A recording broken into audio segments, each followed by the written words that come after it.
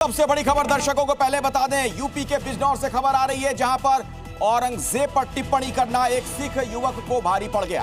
औरंगजेब के खिलाफ टिप्पणी करने पर दबंग मुस्लिम युवकों ने सिख युवक को बुरी तरीके से पीट दिया है। तो अभी की ये बड़ी खबर आपको बता रहे हैं, सिख युवक की आंख फोड़ दी गई है। पुलिस ने 4 दबंगों के खिलाफ संगीन धाराओं में केस दर्ज कर लिया है।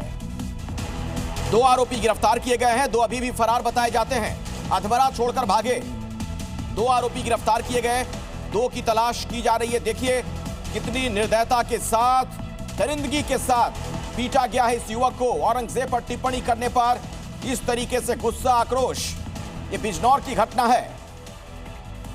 तो औरंगजेब पर इस शख्स ने, इस युवक ने टिप्पणी की थी, रॉड से इसे पीटा गया बुरी तरीके से, इसकी आंख तक फोड़ दी गई है।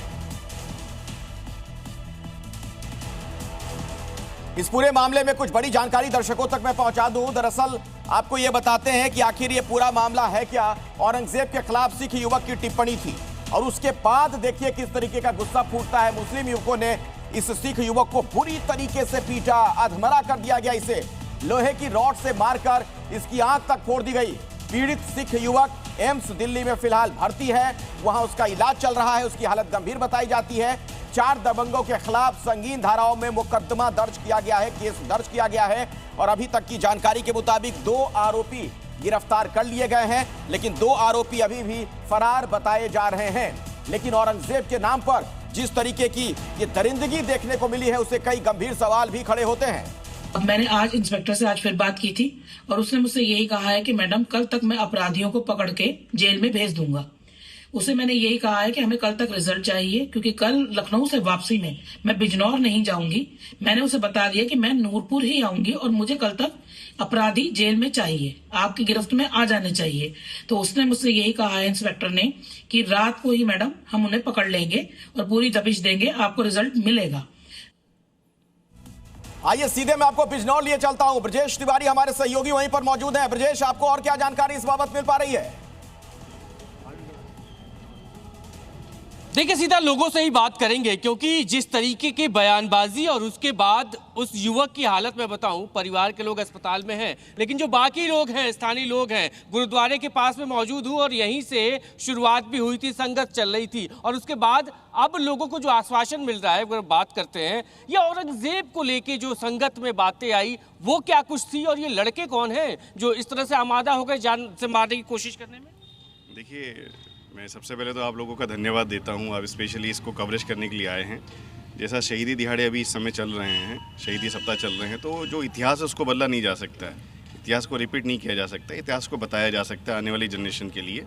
तो कुछ एक विशेष समुदाय के लोगों ने इस बात को लेके, सिख धर्म के कुछ नवयुवक थे, उनसे कुछ बात को लेके एक नौजवान को इतनी बुरी तरीके से पीटा है कि यार वो ज़िंदगी और मौत से दिल्ली एम्स में जूझ रहा है। और उसकी ये लड़के हैं कौन, ये जिन्होंने मारपीट की? ये एक विशेष समुदाय से बिलोंग करते हैं। कौन सा विशेष समुदाय? मुस्लिम समाज से बिलोंग करते हैं ये लोग, और इनका बैकग्राउंड भी पिछले काफ़ी क्रिमिनल बैकग्राउंड इन लोगों का रहा है।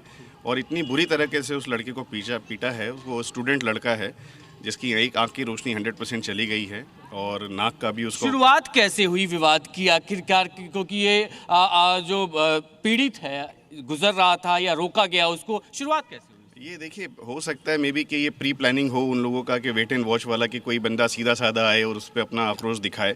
तो ये 20-22 साल के लड़के थे और जहाँ तक हमें ये एक स्कूल के पास रोड पे इन्होंने ये हादसा किया है, जहाँ पे वॉकिंग नॉर्मली सिख बच्चों की और बच्चों की रहती है, स्कूल के परिसर के आसपास इन्होंने ये हमला किया।